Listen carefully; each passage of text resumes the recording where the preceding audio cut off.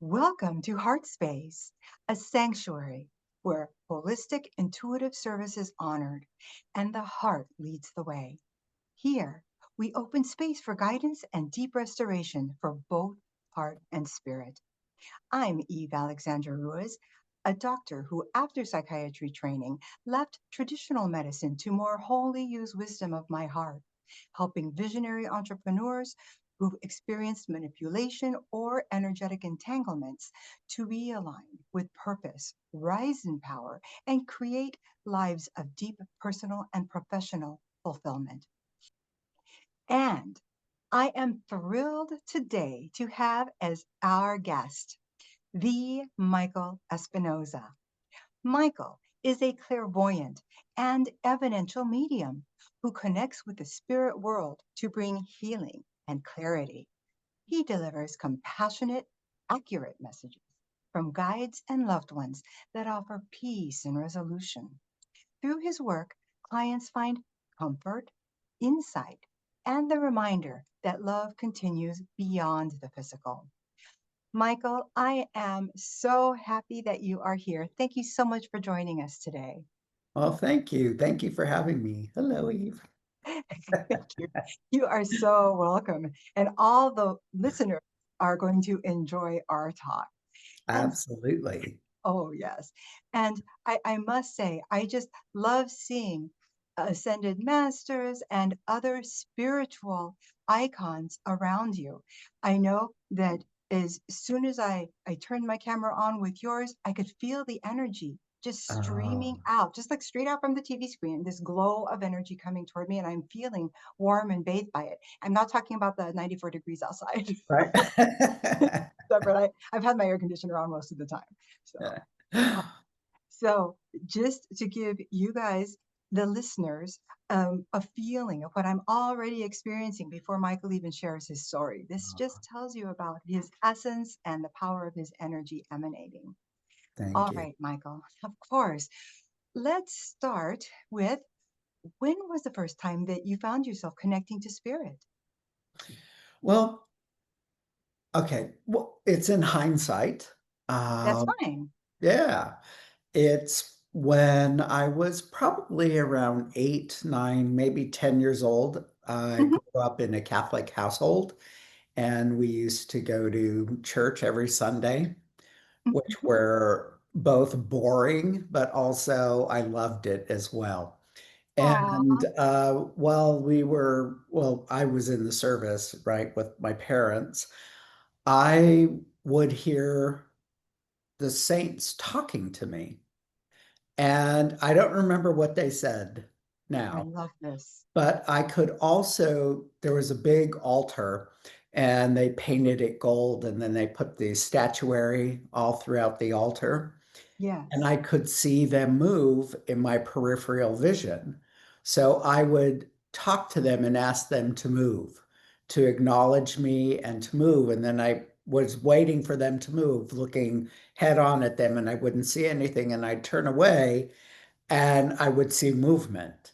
Oh my goodness. And so I would just sit there Uh-huh. totally enthralled in this, totally I ignoring bet. the sermon, but what Oh, 8-year-old doesn't, right? Let's do it. exactly. And I was just totally sucked up into this. And the hour went by very quickly.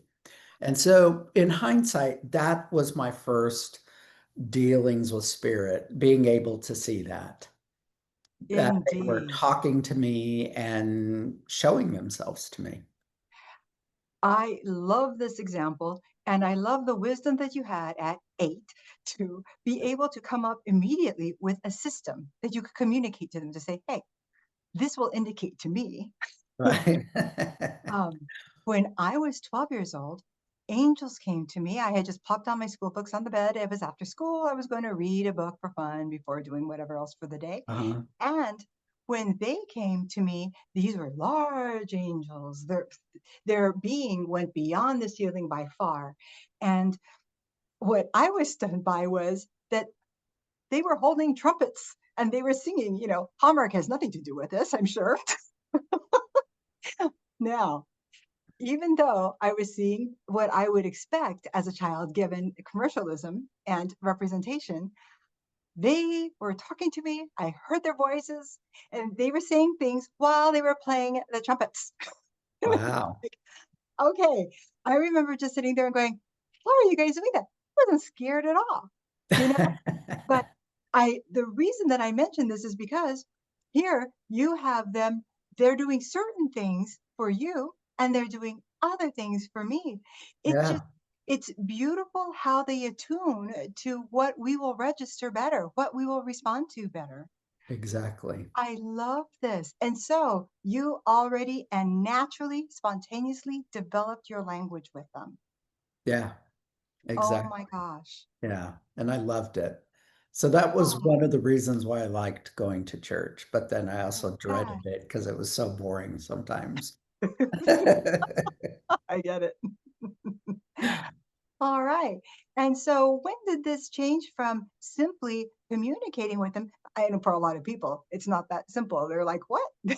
But Right, because it happened so fastly to you, no doubt, because your energy was open to it. You were already used to the customs of believing beyond, beyond what you can see with your bare hand, see with your bare eyes, right. physically. So you were already able to start bridging between the dimensions that way. Okay. And then you had an open enough spirit and that youthful innocence to be able to say, oh, okay, this is happening. It's real, just like everything else. Yeah. This must be what the world is. When did it turn into more than that? I would have to say when I moved, I was born and raised in Los Angeles, and then Mm-hmm. I moved to New York, and Mm. I don't remember, I think it was 1995. Good thing you got the saints behind you before the move. Yeah. And I had a lot of trauma in my childhood as well. And so Okay. when I moved back east, that's when I really started to heal myself. And I was in therapy, and then I started doing healing work. I started getting healing work on myself, pranic healing. And Mm-hmm. I became a healer, and Beautiful. I became my spiritual practice formed Mm-hmm. at that time, and it was deep meditations. And as I started doing that, the abilities came forward even more. And when I would do healings on people, that's when I started receiving messages. But even then, what's interesting, I didn't believe I was a psychic or a medium. I just didn't think that was happening. Psychics and mediums in my mind were on a pedestal, these people who had trained and they had these amazing gifts and abilities that I did not have. Isn't And it amazing how we think in caricatures when we don't know more about those other things? exactly, Stereotypes, etc. exactly. Yeah. And so then, as I started doing more healing work, so I've been a healer now for 2 decades, Wow. and that's I'm finally on the road to okay, I am a psychic, I am a medium, and I fully own it now. And it just opened up even more when you Beautiful. embrace it. Yeah. When I trained with James John Prague, he said to not call ourselves a medium until we had been doing the mediumship work for at least 10 to 12 years. So Mm, I can appreciate that aspect of it. And yet, the whole time you were doing this, you were you were mediuming, so to speak, yes. and you were definitely intuiting. You were a definite channel. It's Yes. just that you have been honing your skill at a certain level so that you can do it to help others, Right. and make a sizable impact. Yes. Yeah. And my journey has been one of an unfolding process, and I haven't had any spectacular experiences where, the angels appeared before me or anything like that. It's been this progressive, steady unfolding and learning. And You're just a moving saint, that's all. yeah. I We didn't see him move. The peripheral, the peripheral vision. I saw. That's all. So, See, the pasture's always greener on the other side. We each think, oh, this is only because it just feels natural to us. right. That's the Exactly. beauty of it, that you feel natural with this. Yeah. Now I And do. Yeah. mhm. So tell us about what not impressive, wonderful session you had with someone who took your talents, absorbed the energy, and experienced a good shift in their lives. So recently, so Mhm, through this journey, when I first started doing readings, the psychic or clairvoyant readings and the mediumship readings, I thought they were just like titillating experiences. This is for fun. right. And as time progressed and spirit showed me, this was actually about healing as well. It's healing work. I thought it was different. I classified it differently from my energy work, from pranic healing. And Mm, I, mhm, as I've been doing more and more readings recently, I had a reading with this client. She's returned and it's a mediumship reading. mhm, And her son is on the other side. And he came through, I think this was like the third or fourth reading. And mhm, before it was just letting her know he was okay. He died in an accident. He was on a mhm. motorcycle. Okay. And so at that time, she was very worried, he was okay. And he gave us that information in the first reading. But this Okay. last time, Mhm. he came through to talk about how, and he has now how he is experiencing the other side and Oh, wow. how his thoughts and perceptions about God when he was in his body Mhm. are not in alignment was with what is on the other side. And now he is like in total awe of what creator is. And he just says, it's just energies. And there's all these different tiers of energies and I love the that. angels or the spirit guides, they're not, flying beings, but they're just energy. And just letting her know like he's at peace and now he's experiencing this. And he just said, this is so much bigger and more than I could have ever imagined. And Wow. the that experience showed me how it healed her even more because she was also Catholic and she Mhm, had heard some awful things said from well-meaning people, mhm. that he wasn't going to go to heaven because he didn't believe in God and you know so anyway, she was just like floored and now she's at peace knowing he's okay. I'm so glad. And all these things that she's wondering about him, he came in and just communicated them to her, letting her know also, too, I hear you and I'm communicating this to you. I love And that. I was just, it took my breath away. I mean, it was just like, wow, this is beyond what I just even could imagine. Amazing. Yeah, It's so impactful. it is. You know, I think of when we were kids, I remember my cousins talking about Ouija boards and seances, and I had no idea because my parents, we were Baptist, and I guess we didn't Mhm. talk about those things in the house. I don't know, but um, we children can play with the concepts, and then even as adults, the only exposure we might have to mediumship is that black and white movie where there are all these little, how do you say, tricks for the eye, to Right. pretend that the studio is a real thing. And uh, we don't stop to think and imagine just what kind of significance this process could have for us and for our lives and for our Yes, comfort. Oh, I'm so sorry. So, what I would love to know is, given that we just have a couple minutes left and you have already shared such beauty and such love for your work, you make your work sound seamless with your life, your heart, and your essence. I can feel that you are very in oneness. I try. That is beautiful. It doesn't always match up. It's not always in Well, this is alignment, but life. I try. Nothing is perfectly linear here. We just Right. pretend that it should be. Exactly.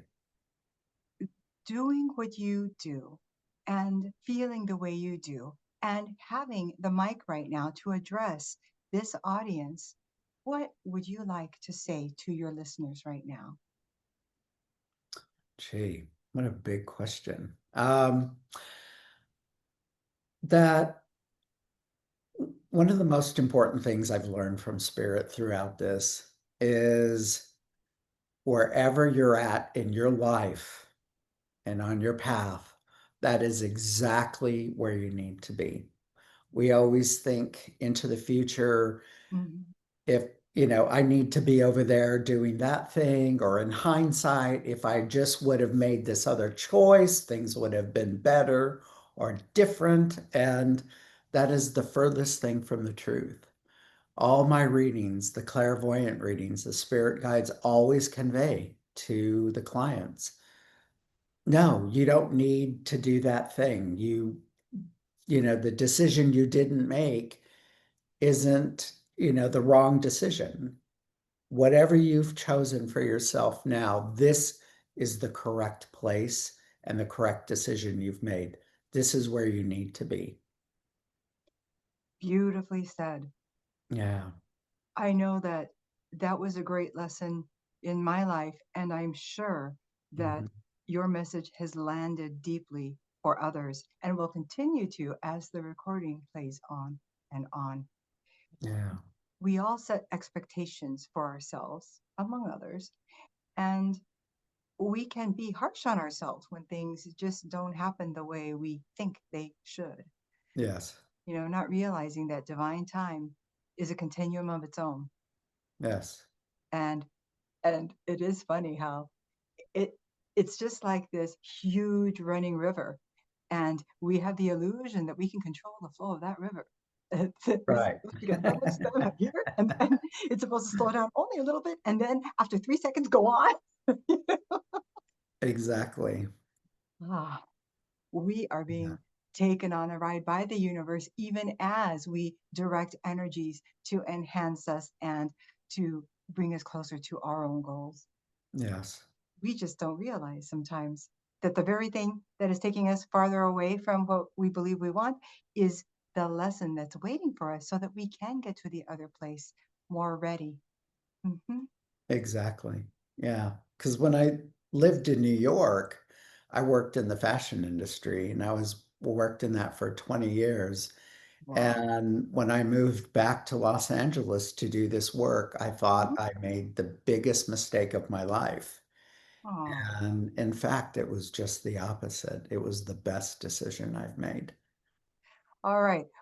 Especially the younger generation, but for anybody who has considered taking a big change in their life, and taking that plunge away from whatever you know to what you have not known as a profession, take heart. Whenever you feel a pull, listen, stop, and go inside. It's likely your soul or a spirit loved one just whispering to you your truth. Thank you so much, Michael. Very Thank wise you, words. Eve. Absolutely. For those of you who would love to experience more of Michael Espinoza's wonderful energy and oneness with spirit, please tune in to the link below to find out his availability, set a time up to be with him, and open yourself to the wonders that will come from it. I want to thank everyone who's been here listening. sending divine love to all who listen to this now and forevermore in the future. For now, I'm going to say namaste. Until the next time, namaste, Mama. Namaste. Thank you. Of course.